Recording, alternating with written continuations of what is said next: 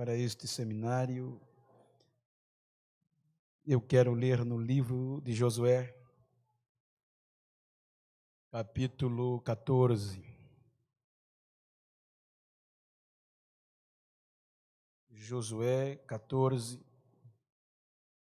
é um texto 1, versículos 1 a 3 e depois o 6.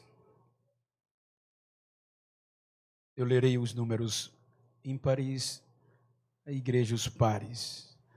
Isto, pois, é o que os filhos de Israel tiveram em herança na terra de Canaã, o que Eleazar, o sacerdote, e Josué, filho de Num, e os cabeças dos pais das tribos dos filhos de Israel lhes fizeram repartir. Versículo 2, a igreja.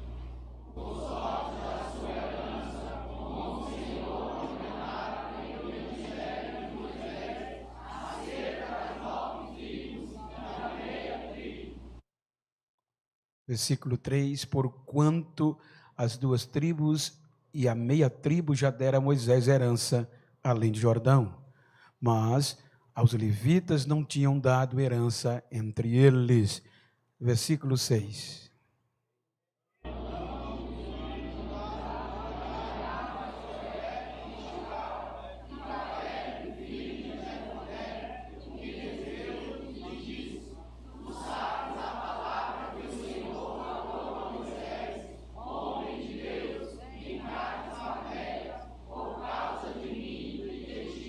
Amém?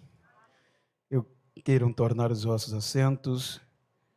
Eu quero, nesta noite, mais uma vez, carinhosamente, mais um ano, agradecer a Deus, pois é um privilégio muito grande atender o convite do pastor Reineri, com a sua muito digna esposa, pastora Cleonice, esta família, pastor Reineri Filho, com a missionária Nicole. Que Deus recompense-os pela credibilidade, o carinho, e em nome deles, mais uma vez, reverencio, agradeço aos obreiros, à igreja como um todo. É uma alegria para mim estar aqui nesta noite. Quero, no nome do pastor Irã, reverenciar todos os demais pastores desta cidade, desta igreja, os amigos. Quero agradecer a Deus por me dar o privilégio de estar perto, de conhecer pastor Gilmar, como também rever o Cosmo, a Jéssica, sua família, e também deixar registrado a minha gratidão de forma especial ao Reineri, pastor Reineri Filho, pela amabilidade, o cuidado, representando todos vocês, de cuidar de mim. Obrigado, filho, te amo. É dele, está na minha esquerda. Vou pedir a certidão de nascimento ao pastor e à pastora para mim. Idade de filho tem, não é? 38, o meu mais novo tem 39. Queridos, com base neste texto, como se trata de um contexto voltado para seminário, me permita tratar de uma experiência sobre convicção. Por isso que eu quero se dar o tema sobre edificados e convictos. Pois o problema ou a experiência não é só estar edificado, construído. Por isso que nós falamos ontem que a palavra ou o verbo edificar é construir. Então, a proposta temática é que construído, a família construída em um fundamento, edificada, que é a palavra de Deus. Dr. Marlon, um prazer muito grande conhecê-lo. Quando nós analisamos o texto, me permita conceituar estes dois personagens para dar convicção na proposta temática.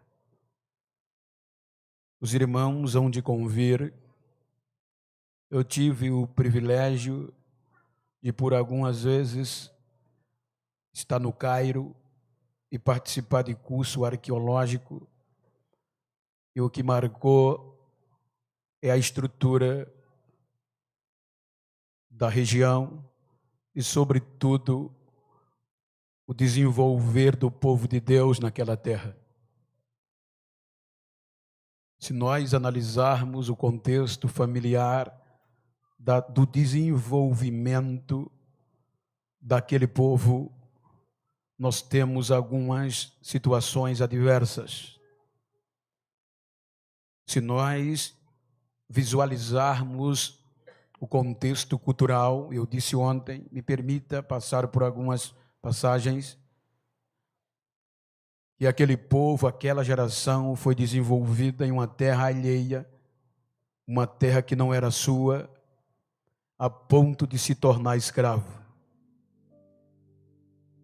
E dentro da Bíblia a gente percebe que foi uma geração que se desenvolveu impactada pela cultura egípcia. E no Egito, a deidade em forma de superstição era muito forte. Muitos deuses, e sobretudo o faraó, tinha que ser honrado como Deus. Então toda aquela geração de hebreus, depois do patriarca, se desenvolveram em uma terra inóspita, dentro do contexto espiritual. E dentro da Bíblia nós não encontramos registros, depois da morte dos patriarcas, de relacionamento íntimo, Rafael, pastor, entre aquela geração e Deus. Pois a gente percebe que o impregnar da religião, da cultura, estava naquela geração. Quando nós analisamos, tinha tudo para não dar certo. Quando Deus vai a Moisés e ouve o gemido daquele povo, a dor, por conta da promessa, ele usa Moisés para tirar o povo da escravidão para a liberdade. O interessante é que a Bíblia mostra, nas entrelinhas, que não havia um conhecimento íntimo do povo com Deus. Vejam que o próprio linguajar posterior do povo mostra o quantos deuses ele criam. Então Moisés se preocupa e pergunta a Deus como eu vou me apresentar ou usar o nome de quem me enviou. Observem que Deus não cita o Deus de Abraão, de Isaac, de Jacó, que era referência. Mas Deus usa o eu sou, me enviou a vós. Então, isso implica dizer, dentro da conotação de alguns eruditos, que Deus se apresenta como o maior de todos. A dificuldade que Moisés teve quando chega no Egito, mesmo analisando as 10 pragas, foi incutir no coração do povo quem era este Deus. Todas aquelas pragas que Deus fez, causou, resolveu, era Ele se apresentando ao povo, nada mais que isso. Por isso que quando chegam, que o Deus começa nas primeiras pragas, salvo engano até a segunda, os magos de Faraó fizeram o mesmo. Daí para frente, Deus vai prevalecendo e o povo vai tendo intimidade, a ponto de quando o povo de Deus em família, observem que foi dito ontem pelo pastor Reinieri Filho, e eu abordei, que Moisés não abriu mão da nova geração. Faraó deu a opção de libertá-lo sem os meninos, Se Moisés tivesse aberto mão e aceitado a contraproposta, estes dois personagens que nós vamos citar na mensagem não estariam aqui. Então Moisés diz: não vamos se todos não saírem. Quando Deus tira o povo do Egito, que abre o mar vermelho, então é a primeira vez que o povo vai gritar: o nosso Deus.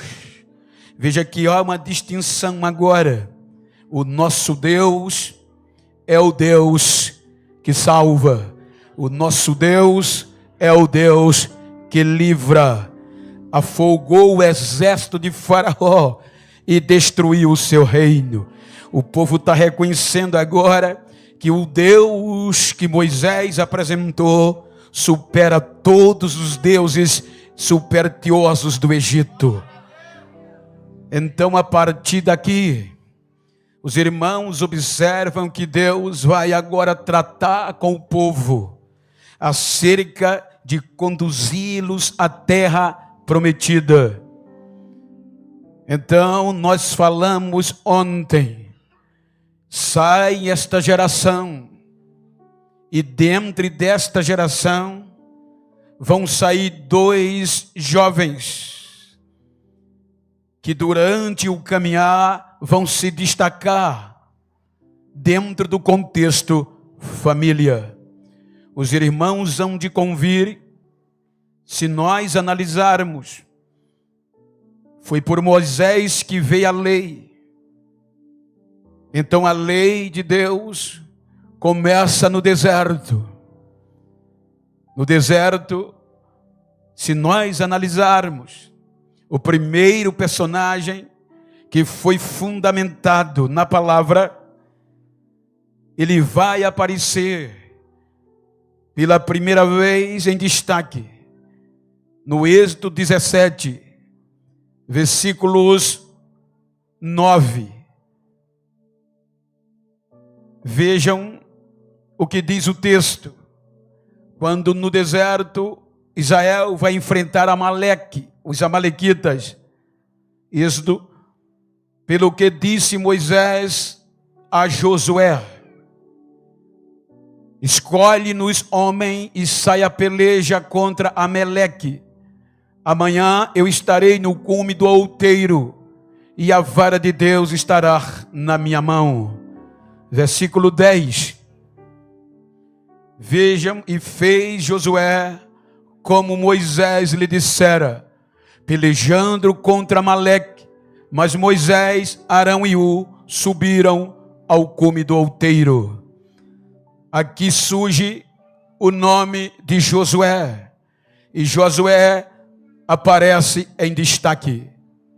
O fundamento da palavra de Deus vai surgir em Levítico, porque ali começa em Êxodo e continua em Levítico.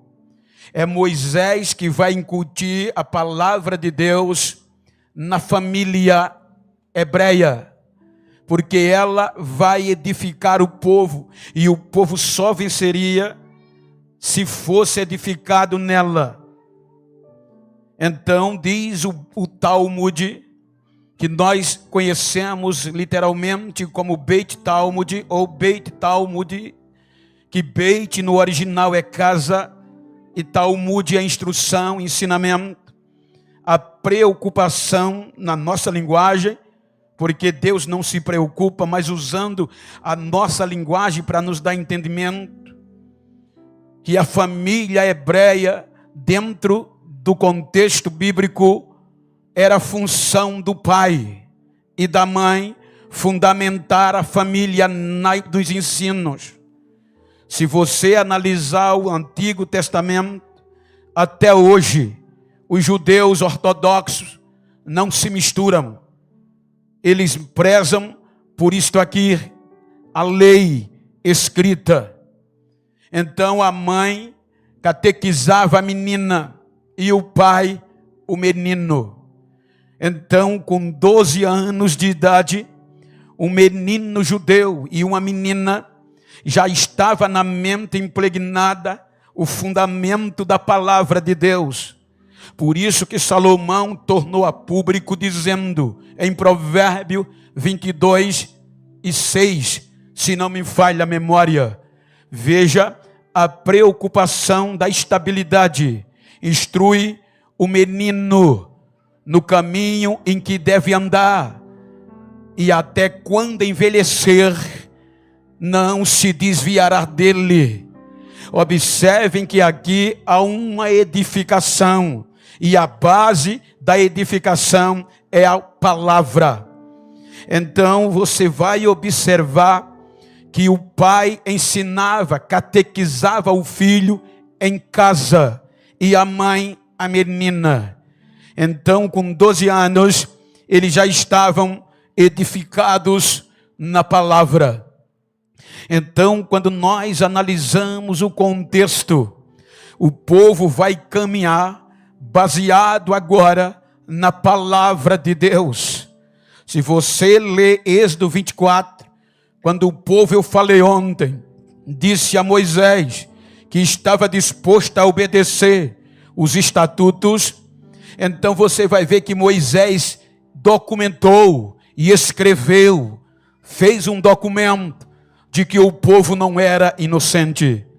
Se nós continuarmos a história, o rumo é a terra prometida, e dentro de um contexto familiar. Quando nós chegamos no livro de Número, você vai observar o destaque da convicção. Eles eram convictos, eles não abriam mão da palavra, os convictos, porque tinha uns que não eram convictos. Por exemplo, há quem diga que quem denunciou Moisés a Faraó, o meu pastor nos ensina que foi um dos seus primos, junto àquele que a Coré, que a terra engoliu. Meu pastor me ensinou, junto na nossa reunião, que segundo o contexto rabínico, fala que quem denunciou o próprio primo a Faraó foi Coré. Se você analisar o comportamento de Coré, era o contrário. Então, por isso que eu estou dizendo, edificados e convictos, porque não se baseia só nisso. Então, quando nós chegamos no capítulo 13 de Números, nós vamos encontrar Moisés designando alguns homens para, com base no que Deus falou, espiar a terra. Então leiamos, tendo em vista que é um seminário, capítulo 13, versículos de 1 a 3, leiam comigo. E falou o Senhor a Moisés, dizendo, que espiem a terra de Canaã, que eu hei de dar aos filhos de Israel. De cada tribo de seus pais enviarei um homem, sendo cada qual maioral entre eles. Vejam que Deus manda escolher, não era qualquer um, eram líderes de famílias. Então o versículo seguinte, versículo 3, diz o seguinte: e enviou Moisés do deserto de Parã, segundo o dito do Senhor. Todos aqueles homens eram cabeças dos filhos de Israel, líderes de famílias, príncipes. Quando nós chegamos no versículo 6, leiam por favor, versículo 6.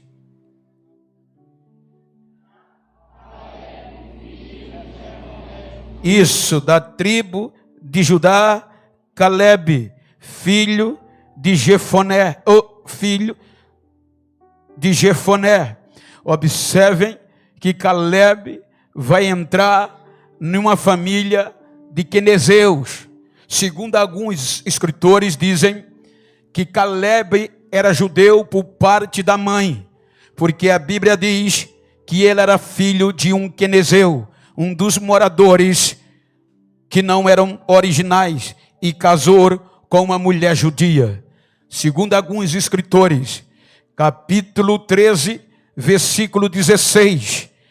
Olha o outro nome. Capítulo 13 de Número. Estes são os nomes dos filhos dos homens que Moisés enviou a espiar aquela terra. E a Oséias, filho de Nun, Moisés chamou Josué. Quero ater nesses dois personagens para você observar o contexto de edificados e convictos. Foram criados na palavra, igual a Coré e outros que a terra engoliu. Faziam parte da mesma promessa, ouviam Abirão, obrigado, a mesma instrução, acreditavam no mesmo Deus, mas a diferença era a convicção. Quando nós começamos a analisar, se nós continuarmos a ler, Moisés vai dar a eles as instruções. Cerca de 12 observações eles têm que observar a terra. Capítulo 13, versículo 18. Por favor, meu companheiro, leiam e contem comigo. Ele sai com um objetivo para voltar. Veja o que Moisés diz: vão e vede que terra é. Um objetivo. Eles iam ver o que a terra era e o povo que nela habita. Segundo objetivo. Terceiro, se é forte ou fraco. Continuando, se pouco ou muito. Versículo 19. E qual é a terra em que habita? Se boa ou má? E quais são as cidades em que habitas? E habita, se em arraiais ou em fortalezas. Vejam que na sequência ele sai com um objetivo definido.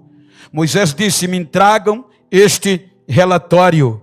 Então você vai observar a partir daqui que eles vão observar estes pontos.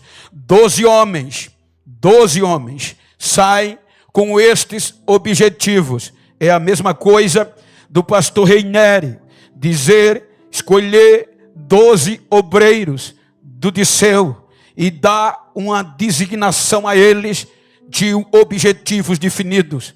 Então eles vão olhar estas observações e a Bíblia mostra que eles vão e olham, compreendem e vê a terra. E a Bíblia diz que era época das primeiras uvas serem colhidas. Quando eles chegam na terra, eles contemplam a veracidade que Deus falou. A terra mana leite e mel. Os 12 objetivos que Moisés designou para eles, eles contemplam e vê que eram reais e bons. Porém, o único que não estava no relatório de Moisés e que Moisés não pediu, os gigantes. Eles esqueceram os 12 objetivos e focaram nas impossibilidades. A Bíblia diz que quando eles voltam, os 12 vêm com a prova, com as primícias da colheita. Quando eles chegam para entregar o relatório a Moisés, eles mostram que os 12 ou mais objetivos que Moisés pediu eram reais. Contemplamos que a terra é boa e mana leite e mel. Aí vem uma conjunção adversativa. Porém, a terra tem gigantes e não vai dar para a gente possuir. São fortes, são muitos. Eles criam impossibilidade e não têm a convicção do que eles foram edificados. Observem que aqui há o conceito: 10 dos 12 foram desestimulados. E a Bíblia diz que o relatório que eles trouxeram era perfeito, mas as suas conotações desfaleceram ao povo, às famílias. Então, quando nós chegamos no versículo 30, salvo engano, versículo 30, vejam que o versículo 29, por favor, versículo 29, os amalequitas habitam na terra do sul, e os heteus, e os jebuseus, e os amorreus habitam na montanha, e os cananeus habitam ao pé do mar, e pela ribeira do Jordão. Então, isso aqui, mostra que eles analisaram ponto por ponto, mas o relatório dos 10 foi negativo. Vejam que a maioria, nós, se não tivermos convicções, somos levados pela maioria. A maioria aqui é contrário e diz que não vai ter jeito, mas contra a maioria vai surgir na Bíblia, na história, pela primeira vez, que até aqui a história não captou. Pela sua convicção, a história teve que colocar ele. Versículo 30, contra os 10, contra os seus argumentos. Então Caleb fez calar o povo perante Moisés e disse, 1, 2, 3, e o que é que ele disse?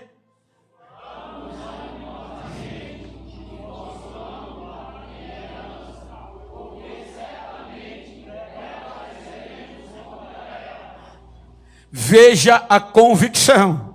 Contra 10, ele levanta-se e é a primeira vez que a história o apresenta. Se você analisar, ele é citado 10 vezes só nesta reunião, nesse conceito. Caleb, observem que ele surge aqui em um momento de desafio. Então ele faz calar o povo que murmurava, porque os 10 desestimularam todas as famílias, mas ele levanta-se e dá o seu parecer. Versículo 31, na continuidade do texto, e o 32. Vamos lá. O que é que diz? Porém, não poderemos subir contra aquele povo. Versículo 32. Perante os filhos de Israel, dizendo: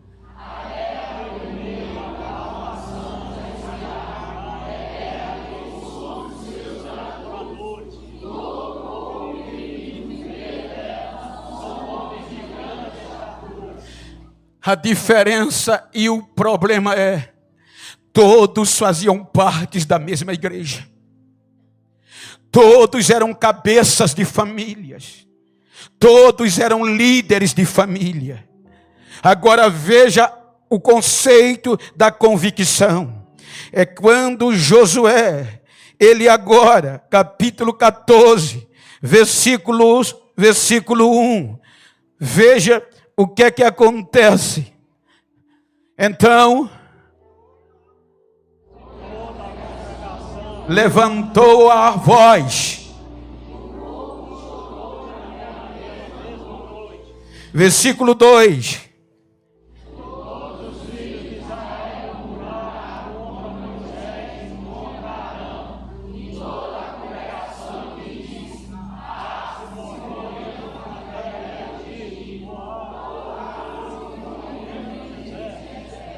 Você está entendendo a gravidade disso aqui? Eles foram fundamentados na palavra. Mas o relatório e o comunicado de 10, a maioria, fez o povo esquecer das promessas e da veracidade da palavra. Vão com a maioria e perdem a convicção no que foram edificados. Então, a partir de agora, nós vamos ver qualidades de homem que a história tinha deixado de lado. Josué entra na história no Êxodo, no capítulo 17, nós lemos. Mas Caleb só vai entrar em números. Josué entra em destaque, líder de um exército. Caleb entra em um período de desafio contra a maioria, defendendo o que aprendeu de Deus. Então o povo quis voltar para o Egito e fizeram murmuração contra Moisés. Versículo 4 do capítulo 14 de Números.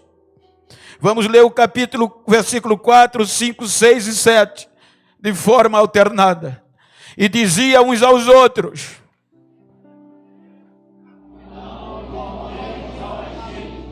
gente, segura aí o 4.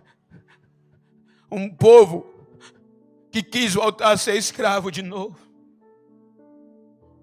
Não valorizou a liberdade e os milagres que Deus fez. Então o povo, as famílias queriam desistir. Pelo relatório da maioria. Versículo 5.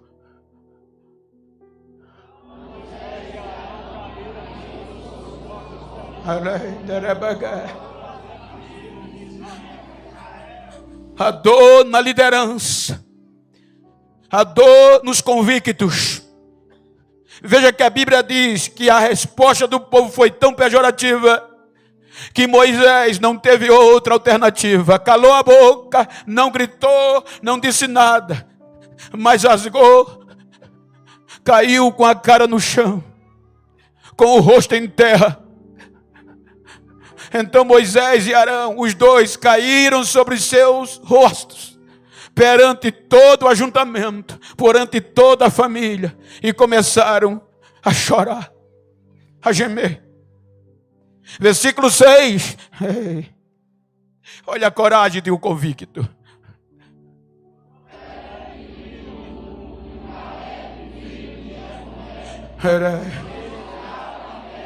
Rasgaram as suas vestes. Versículo 7. E falaram a toda, dizendo: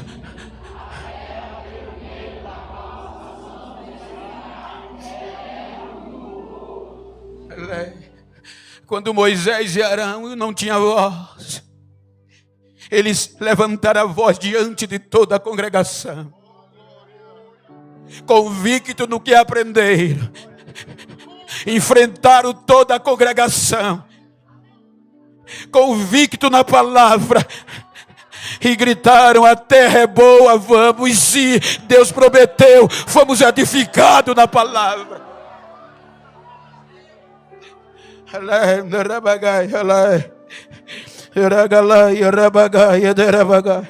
Versículo 10. Quando eles terminam o relatório, o que acontece?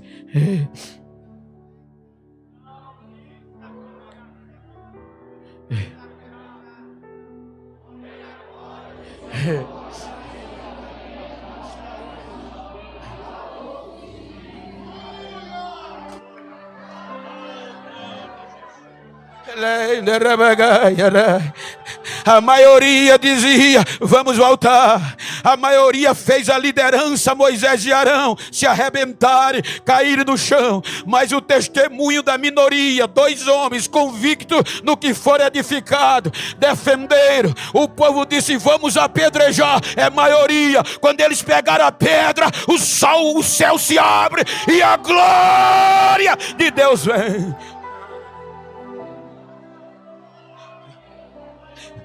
Olhe para quem está ao seu lado e diga: independente da maioria, seja convicto no que você foi edificado.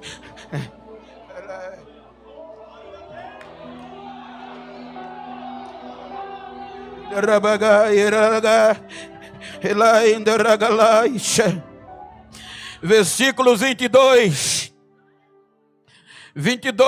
23 e 24.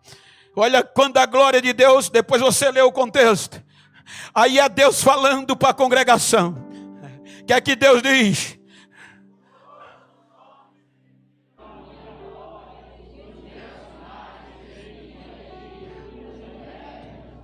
me tentaram estas 10 vezes e não obedeceram a minha voz.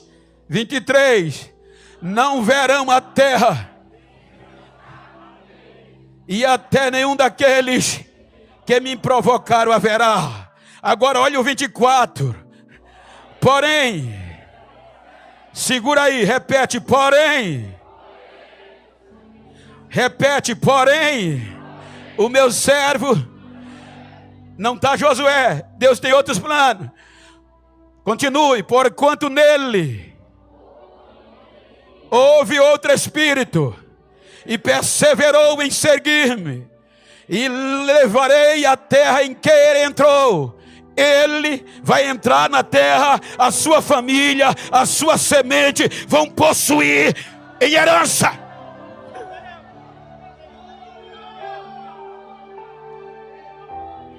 Palavra de Deus. Deus bradou para toda a congregação, para Moisés e Arão ouvir. Os 10, as suas famílias, não entrarão na terra. Mas meu servo Caleb,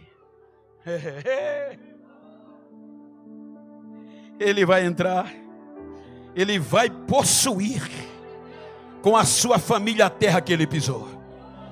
Convicção. Ele guardou isso aqui.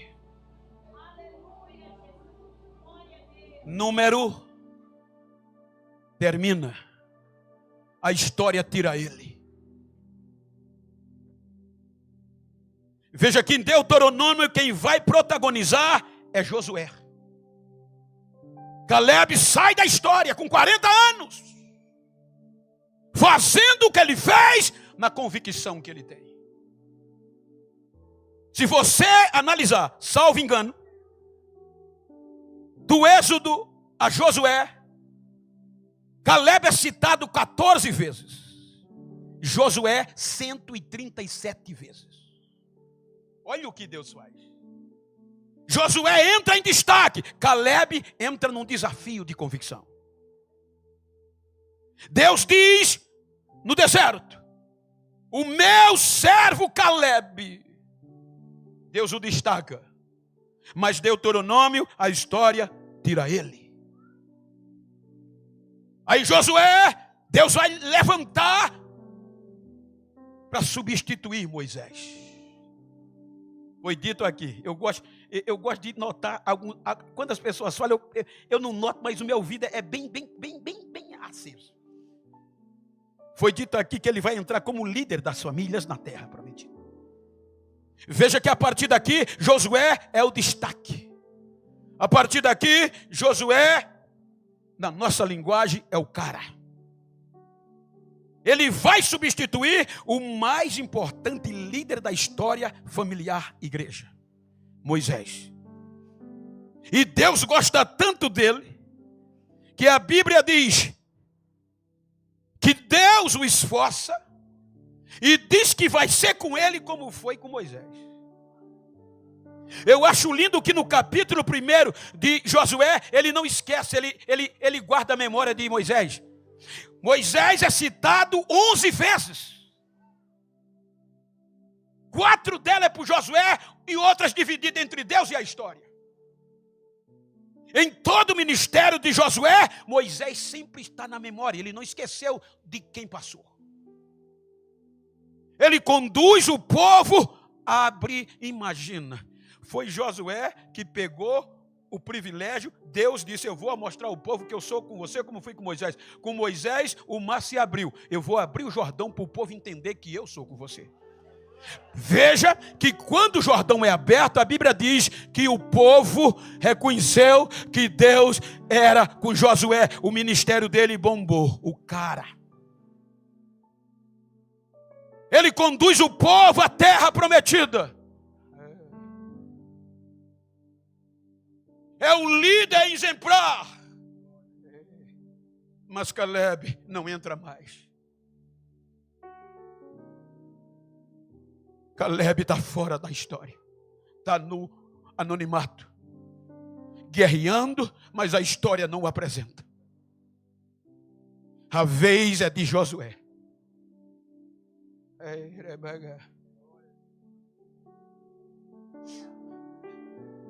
É por isso que eu gosto de honrar quem chegou primeiro. Eu tenho dificuldade de andar na frente de quem chegou primeiro do que eu.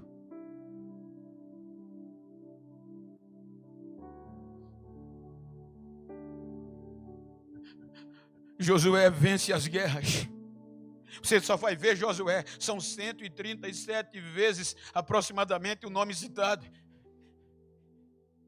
E desde número, o nome de Caleb, até o livro de Josué não é mais citado. Ele passa o livro de Deuteronômio todo fora da história. Josué, a história vai dizer que ele entrou na terra prometida com o povo. 45 anos se passam. E Josué, como homem, se esqueceu.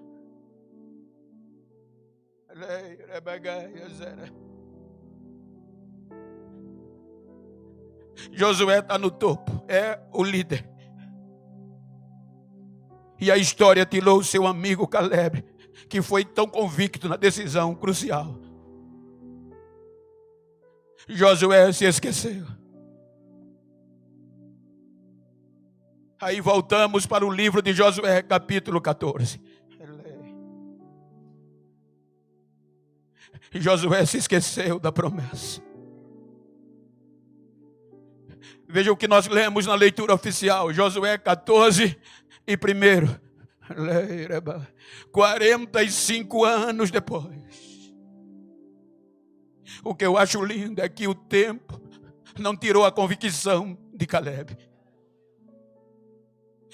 O anonimato não tirou a convicção da palavra. Porque quem é edificado na palavra, vem o vento, vem a chuva, vem o esquecimento, mas ele não é abalado. Ele, mesmo sem citar o nome, ele não desiste. Aí Josué se esqueceu 45 anos depois. Aí ele diz agora, já que a paz, os nossos inimigos perderam, vamos dividir a herança. Pois é o que eles fizeram em herança na terra de Canaã. Chamou o sacerdote Eleazar e disse, vamos dividir a terra em herança, as famílias, as tribos. Olha o que diz o versículo 2. E como é que nós vamos dividir? Por sorteio. Vamos sortear. Então decidiram dividir a herança por sorteio. E as famílias ficaram sabendo. 45 anos depois, o amigo esqueceu. Josué esqueceu. Aí a notícia chega na tribo de Judá. Chegou a hora de distribuição da terra. E Josué vai distribuir por sorteio. Aí vem o versículo 6. Chega nos ouvidos da família de Caleb e a Caleb. Então os filhos de Judá chegaram e disseram, não vamos aceitar. Reuniu a família e disse, vamos subir a Gilgal. Subiram a Gilgal e Caleb vai junto, já com 85 anos.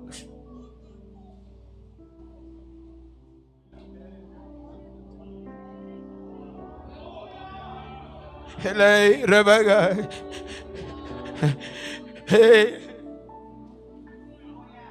45 anos de esquecimento não tirou a convicção. Eles sobem, os filhos de Jefoné, o Quenezeu. E quando chegou, foi atendido por Josué. Ele provocou. Aí agora Caleb chega na frente de Josué e diz a ele, Josué, tu sabes a palavra que o Senhor falou a Moisés, homem de Deus em Cade Barneia por causa de mim e de ti. Ele diz o seguinte: olha, Josué, você me esqueceu, mas a promessa que Deus me fez de pisar na terra para minha família não é sorteio, é palavra, é promessa, não é por sorteio. Você estava lá quando viu Deus falar com a congregação e com Moisés, você sabe disso.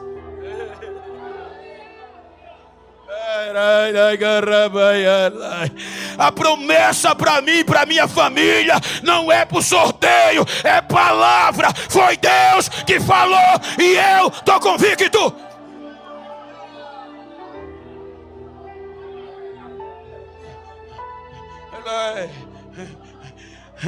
Olha o versículo seguinte, versículo 7. Da idade, vamos lá, da idade, quando Moisés, servo do Senhor, a espiar a terra, e eu lhe trouxe resposta. Ele estava dizendo: eu não fui com a maioria, a minha resposta não foi porque a maioria, para agradar ninguém, foi o que eu senti no coração. Eu falei: tem difícil, mas Deus vai nos dar vitória. É difícil, mas Deus vai honrar a família.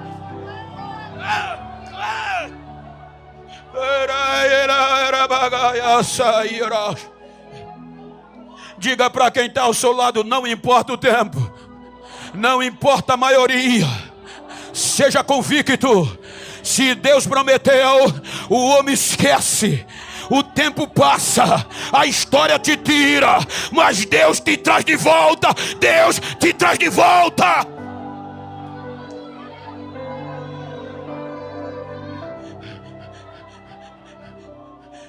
Versículo 8. Versículo 8.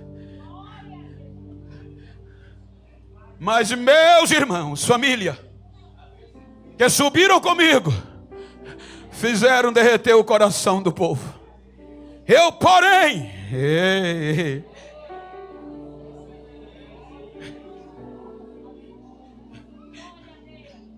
veja que ele não procura culpado, ele não denigra a imagem de ninguém.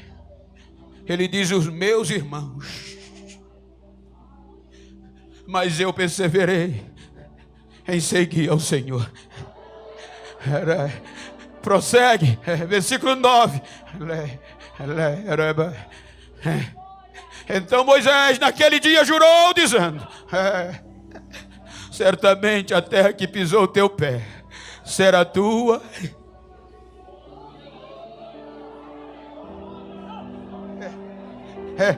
Herança perpétua, pois perseverança em seguir o Senhor, meu Deus. É para mim e para os meus filhos. Diga: é para mim e para a minha família.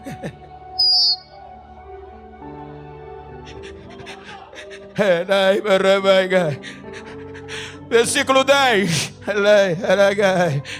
E agora, leiam, e agora? Segura aí, eis que o Senhor... diga: quem pensou que a minha herança era por sorteio, vai ter que viver até que eu ponha o pé nela.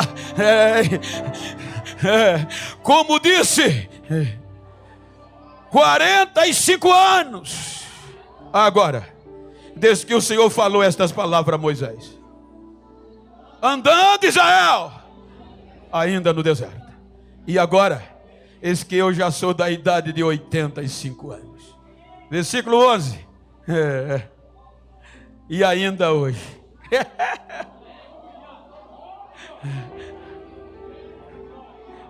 Leiam, vamos lá. E ainda hoje estou tão forte. Qual a minha força então era? Tal é agora a minha força para guerrear, para sair e para entrar. Eu ainda estou de pé. Eu ainda estou de pé.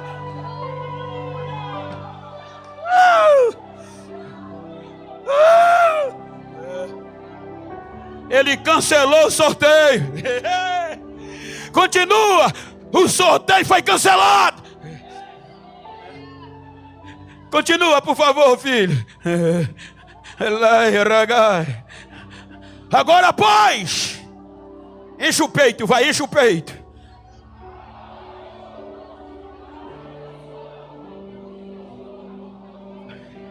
Tu ouviste que os Anakim estão ali, grandes e fortes, cidades ali. Porventura, o Senhor será comigo para expelir, como o Senhor disse.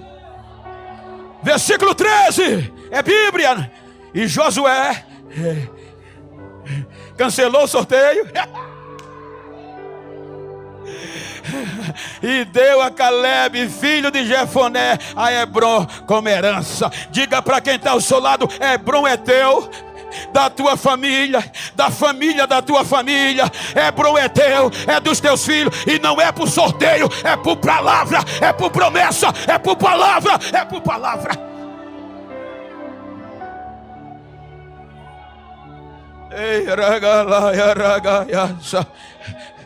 Rai, fique de pé por bondade.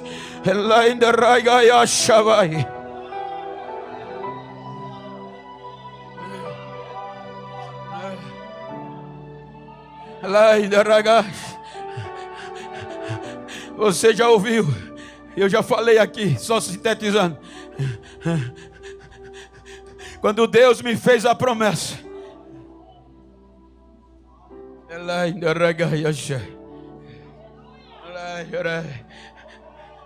só em eu estar aqui não precisaria pregar.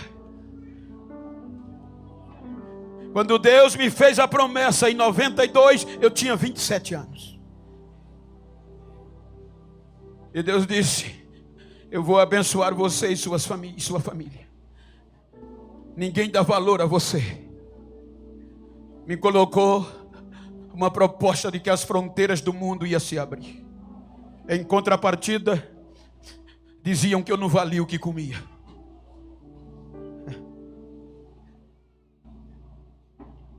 Eu acreditei. Eu andava com a Bíblia como se anda hoje com o celular, andando e lendo, meu amigo, jejuando 5 dias por semana, orando em média 8 horas por dia. O primeiro crente na família, em 1992.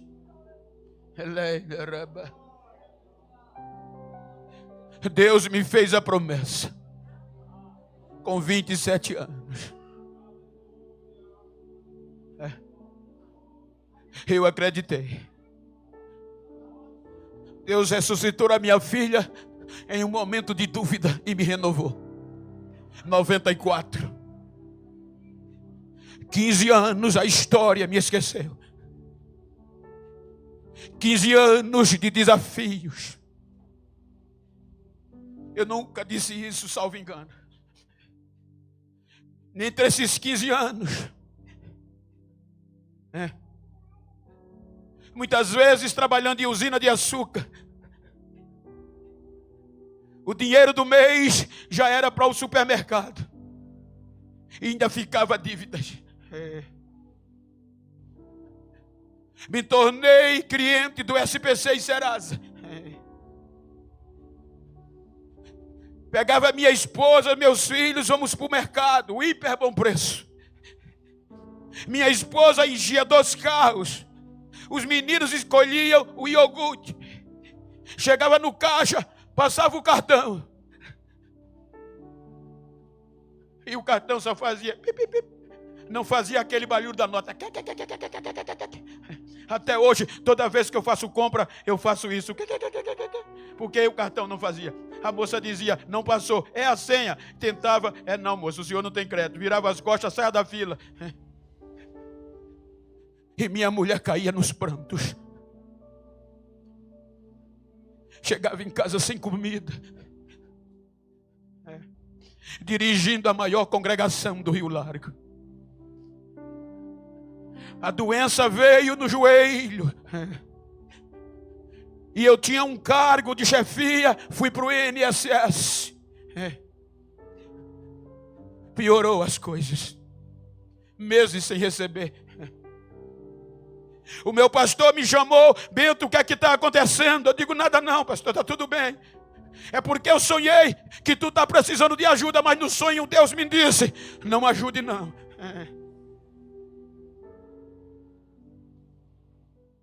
Mas continuava lendo, continuava orando, convicto em que eu fui edificado em minha família.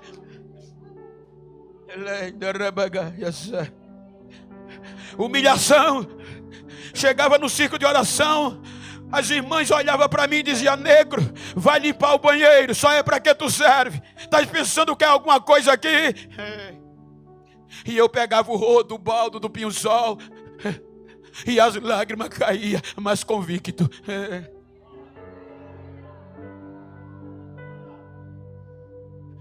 Com 45 anos de idade, me diziam: tá velho, vai morrer só tirando oferta dentro do canavial. Não tem mais como acontecer. A minha esposa dizia: olha, só tem 10 reais. Eu morava a 15 quilômetros do Rio Largo, Fazenda Canoas. Ia muitas vezes na terça a pé, à noite, voltando meia-noite, chegava 1h da manhã. Pega esses 10 reais, compra açúcar, café. Quando eu chegava, não comprava logo e ia para a igreja. O pastor dizia: estamos precisando de uma oferta. Eu pegava os 10, esquecia da comida e dava de oferta. Quando terminava o culto, botava: meu Deus, vou voltar para casa sem nada. Mas convicto, morando na casa da usina, devendo SPC e Serasa. O banco tomou meu carro porque eu não consegui pagar. As irmãs da congregação Morada dos Palmares, que era um galpão, era maior, via eu chegar, já tinha lugar, a garagem, abria o portão. Agora eu estava chegando de alternativa ou de ônibus e descia na porta da igreja, elas choravam.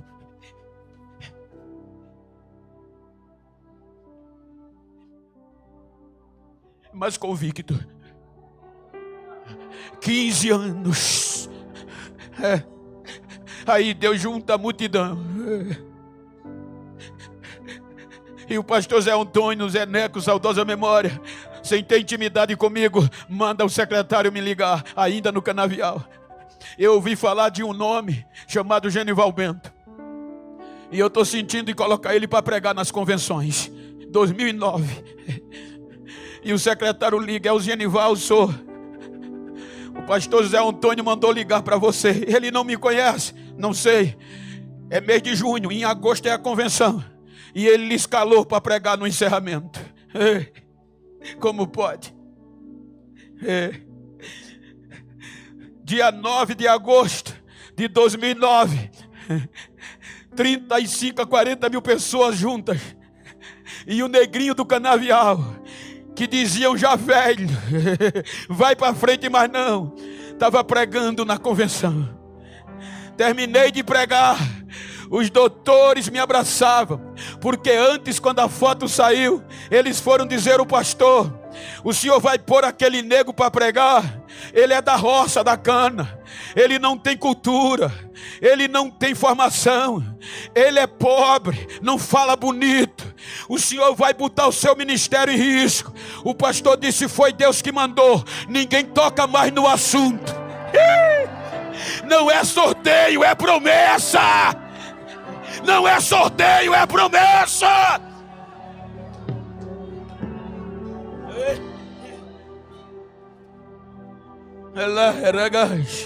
2011 já era a Europa. 2013 New York. 2014 Japão. Cheguei antes de ontem de Londres. Para a semana, Estados Unidos, dia 7, Japão. Ainda tem umas 15 viagens internacionais. Agora imagina, da cana, não vale mais nada, tá velho. Em 5 anos, Já vou com quase 100 vezes entrando e saindo dos Estados Unidos, quase 100 vezes na Europa, porque não posso ir mais.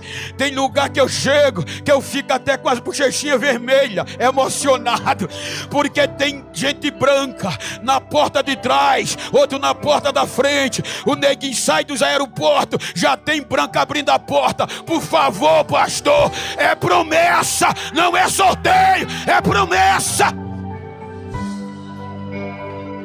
Hoje eu moro em casa própria, não moro mais em casa de usina. Hoje eu tenho um carro próprio, não ando. O banco não toma mais porque comprei à vista. A minha família está desfrutando das bênçãos de Deus, eu e minha família. Josué cancela o sorteio. Capítulo 14. Capítulo 24, versículo 15.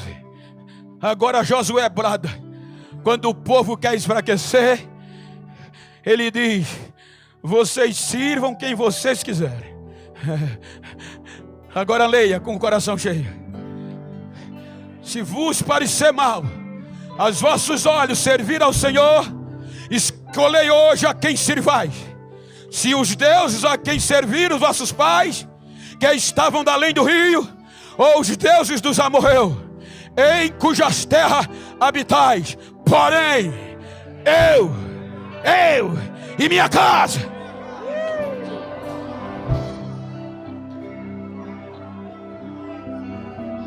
Convicção. Então olha para esse crente do mesmo sexo. Olha para a tua família que estiver perto de você, como eu estou com eles aqui, e diga para ele: a minha promessa e da minha família não é por sorteio.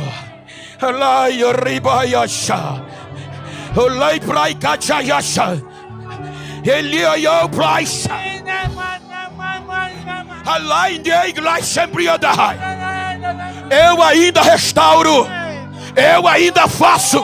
E neste dia, ó restauração, ó restauração, ó restauração.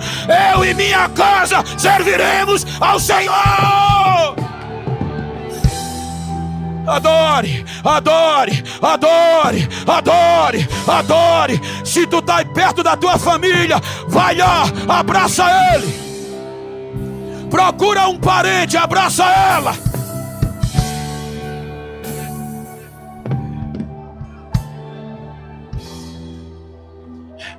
Se não tem um parente, abraça alguém aí.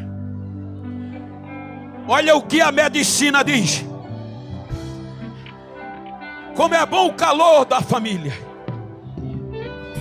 A medicina diz que 80% da humanidade tem deficiência de vitamina D.